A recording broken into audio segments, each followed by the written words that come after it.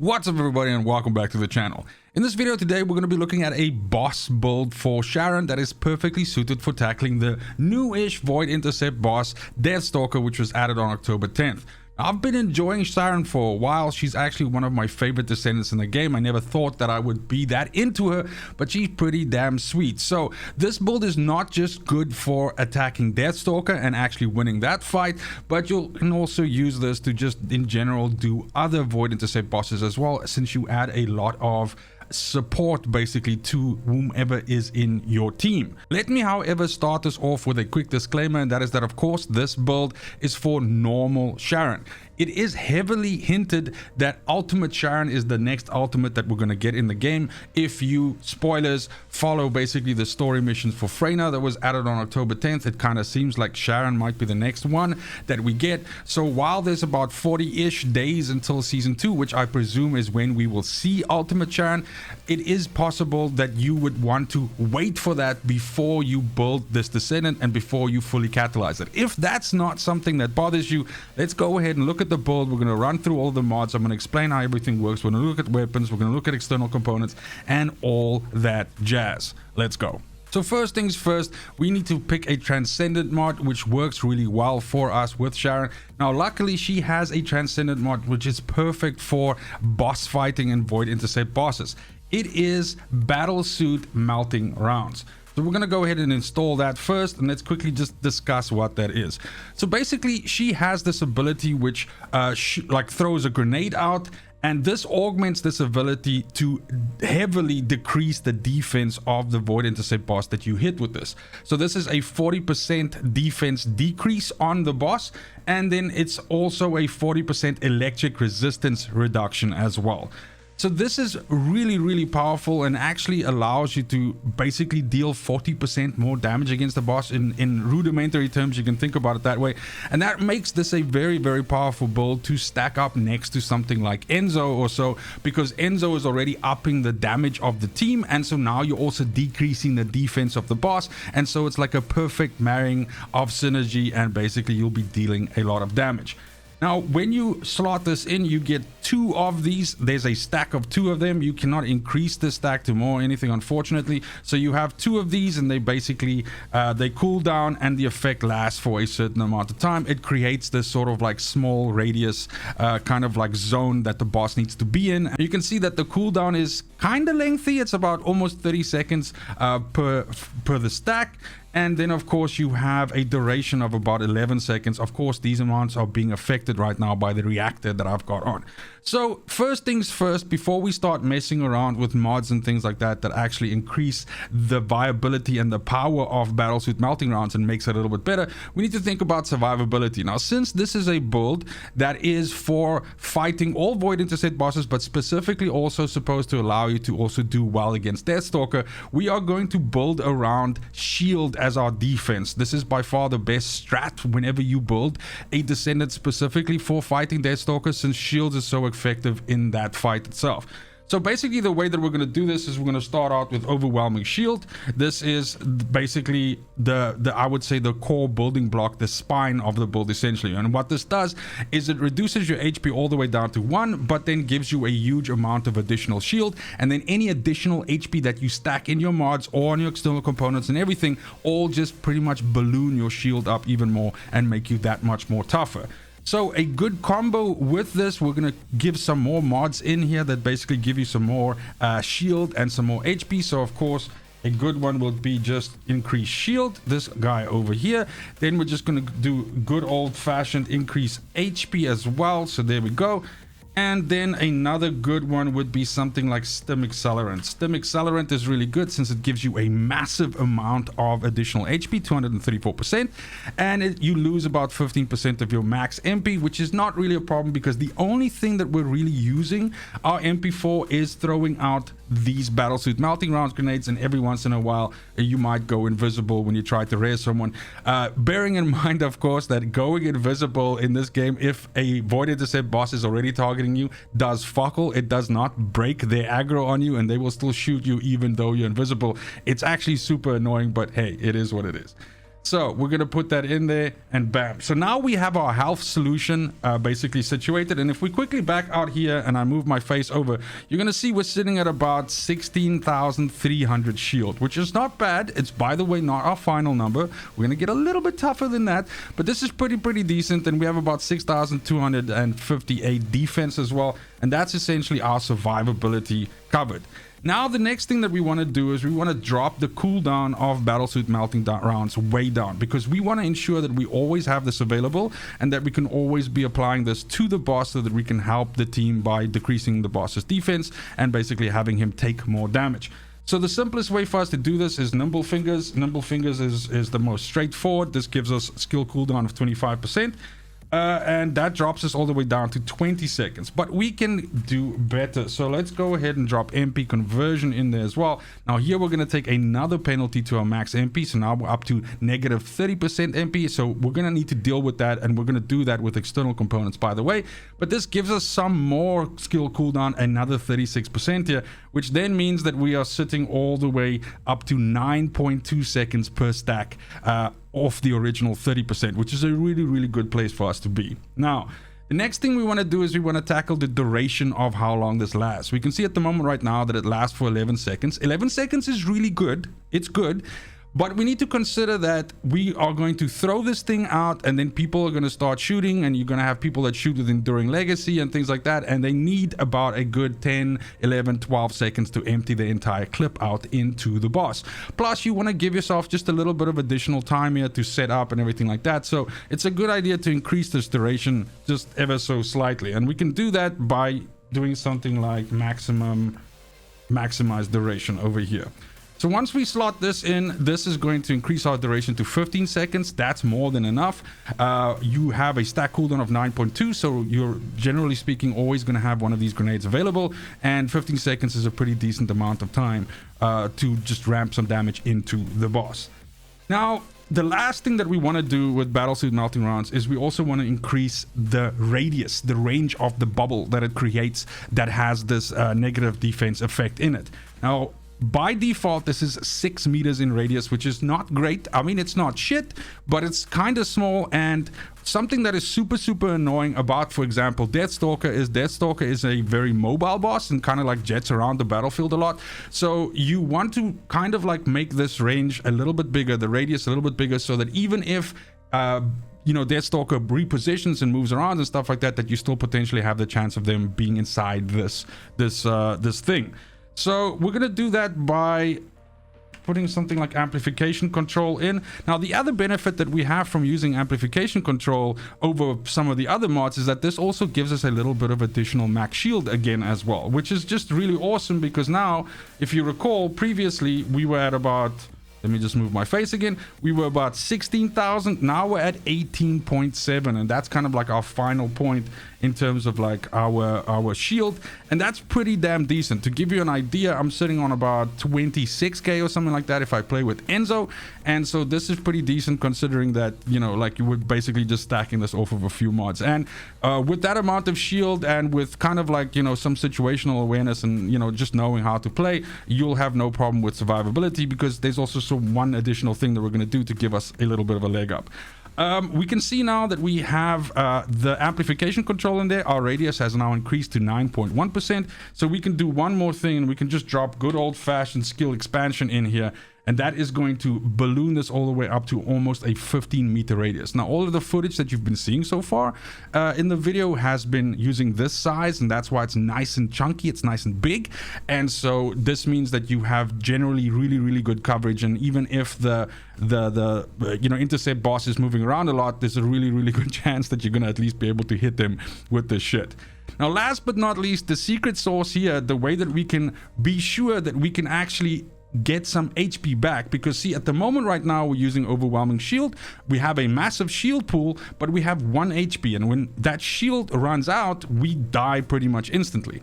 And shield regeneration is okay as long as you're out of combat, but in a fight like Deathstalker or any of the other Void Intercept bosses for that matter, if you've got aggro or if there's a lot of little enemies running around and stuff like that, and people aren't cleaning up the ads and things like that, you're constantly going to be taking damage. In other words, your shield's not going to regenerate. So we need something that can give us a little bit of a boost. Now, one of the reasons why overwhelming shield is so good on like a character like fucking Enzo is because Enzo has an actual ability that feeds shield energy back into him, and that's just a really, really good, awesome combo. We don't have that with Sharen, so we have to create something similar. So we can use this mod, Biosync Shield. Now what this does is this says that it converts 70% of HP recovered upon acquiring an HP orb to shield recovery. Now this is really good because any of the bosses that you fight in the game summons ads, and these ads, when you kill them, they will drop these health orbs. Now without this mod on, those health orbs mean nothing to us because we have overwhelming shield, we have 1 HP, and we never gain any health from that. But the minute we have Biosync Shield fucking equipped, then this basically means that we can now again pick those health orbs up, and when we pick them up, they're actually going to give us shield instead of HP, which is really, really good. So it's not as good as the effect that we have, for example, with Enzo, but this is how you get a insane amount of additional survivability. Of course, you could have a Eugen in the team or something like that who is actually feeding you shield energy back if they spec for that, but this is a way how you can be self-sufficient. And this is really, really good at lending a little bit of staying power to the build. And basically, as long as you are taking care to concentrate just as much on cleaning up the ads as you are on avoiding damage and fighting Deathstalker, as you've been seeing in the footage and stuff like that, you should be 100% fine, and you can basically just juice yourself up with these orbs. Now, to give you an idea, to fully fill yourself up, I think it takes about 3 of these orbs to pick them up. So every 3 orbs gives you basically 100% of your shield back. So even if you can only scrounge 1 or 2 up, that's usually enough to get you back up to half or at least 60 or 70% of your shield, which once again is really good. Now you'll notice that in the footage I am actively also still playing to avoid damage. You have to bear in mind that if you, for instance, followed my Enzo build, you cannot be as upfront and fucking brutal with Sharen as you are with Enzo. Enzo is a much better tank in that way and can actually tank his way through a lot of the damage. With Sharen, you are going to have to be carefuler, if that's even a way of putting it. You're going to have to look out and try to avoid damage when you can. Don't just face tank everything because you don't have as much shield as Enzo, and you're just not as tough as Enzo either. So it's a good idea to keep that in mind. So that is basically the build. These are all the mods that we use. This is exactly what you're also seeing in the video whenever you see me fight a Void Intercept boss. And then let's quickly just go through weapons, and we can talk external components and Reactor as well. So when it comes to weapons, this is an age-old story, but I mean, you can't go wrong with Enduring Legacy. It's really that fucking good. It's phenomenal in terms of like just being able to push out a lot of damage, and it means that even though you are technically playing a support character with Sharen and you are debuffing the bosses, you can also deal a lot of damage to the boss by cycling a full, load of bullets from Enduring Legacy into the boss's head. So the build here, I will just quickly flash this. Of course, I have videos specifically for each one of these videos on the channel, so if you want to go more into depth, but in this case here, I'm just going to show basically, the mods that I'm using on here. The idea here, of course, being that we ramp up with sharp precision shot, and we have all the usual stuff on here like rifling, reinforcement, action. You have a bigger clip, and we have some crit and everything like that, because by default, actually the crit of Enduring Legacy is not bad. It's like 30% with a 7 times multiplier. But of course, if you have like an Enzo or something on the team, they're going to juice you up and you're just going to be able to deal even more damage. If you don't like Enduring Legacy, then I don't know what to tell you. I feel bad. But of course, Greg's is always a good choice as well. Especially if you build Greg's to, again, give your team a little bit more utility with something like Analysis Master in it. Analysis Master is going to reduce the boss's crit resistance. Every Void Intercept boss has crit resistance, which is why even if you have 100% crit, you don't always crit. There's crit resistance in the game, and Analysis Master actually reduces that. So this is a good gun to run. Again, just fitting into the support motif that we're trying to do with Sharen here. Again, I'm leaving this here just in case you want to screenshot the mods, anything like that. This is, of course, leaning heavily into fire damage, since Greg's Reverse Fate, does fire damage. Last but not least, I want to make a shout out as well to Nazastras. Nazastras is another really good weapon fitting into the support archetype. Basically, this Nazastras is built to capitalize on the fact that Nazastras has a massive critical hit rate and critical hit damage multiplier. So basically, we have extremely high stats here. So when this thing hits, it hits like a fucking Mack truck. But then the other thing as well, and the reason why I make this shout out for Nazastras is we have to bear in mind that Nazastras has a great fucking unique perk, basically, that also reduces the boss's defense by another 30%. So in actual fact, you can reduce the boss by 70% if you work this into your rotation as well. It is a lot because you have to be hitting weak points for this effect to proc, and it has a very short duration of only 3 seconds, so it takes a lot of concentration, it takes a lot of doing to do this, and hitting weak points on Deathstalker is kind of hard, especially with the fact that the boss moves around a lot and that you have to kind of like also keep your head on a swivel and avoid damage. So I would not advise you to roll this against the boss. The best is just to go Enduring Legacy on Deathstalker, but on some of the other Void Intercept bosses or bosses that have massive weak points like Molten Fortress or so on, you can easily hit those weak points, and this is just going to crush the defense of those intercept bosses. So those are the weapons that I suggest. Of course, there's other things as well. If you have a specific preference to using, like, I don't know, fucking Thunder Cage or something like that, we're welcome to it. But I absolutely advise, in order of preference, I would say Enduring Legacy and then Greg's, and then if you want that additional utility, then obviously Nazastras is good as well. Let me just pop my head over here. Now, in terms of the external components, right, here the idea is pick as many components as you can get that have max HP. That's pretty much what you want to go for, because the more HP you stack, the bigger you balloon up your shield amount due to the fact of how overwhelming shields works. So you'll see I have a double HP on my auxiliary power, and then on your sensor, try to get an HP on there. But what is very important for us here is we need to counteract the fact that we lose so much MP due to our components that, well, rather our mods that we're using. So max MP on here, and MP recovery in combat is super strong. I would consider this best in slot. I know that you lose a little bit of survivability because you don't have defense or HP or something additionally here, or like an elemental stat or something like that, but this is goated, and this means that you always have MP so that you can always be throwing those grenades out and debuffing the boss. On your memory, Annihilation memory is really good for us because it's the only memory that rolls 646 HP. No other memory does. They all roll in the 400s. I don't know if it's a bug or a typo or something like that, but Annihilation memory is the only one that rolls 646, so that's good. And then if you can get some additional defensive stats on there like defense and resistance and so on, that's cute. And then again, I'm using Slayer here because I want the max HP and I want the shield. And then, you know, I have some toxin resistance here as well because, of course, you know, Deathstalker is a toxic boss, pun intended. Last but not least, I do want to give a shout out as well to, if you can find perfect versions of this, it's something that I'm trying to hunt down, but if you can find perfect versions of this, it's also a good combo. And that is if you use Invader, the Invader set, 2 pieces Invader, which this comes from Deathstalker, because this has a 2-set bonus of max shield plus 12% basically, and then you combine that with something like this here. Let me just find it. 2-piece Bravery.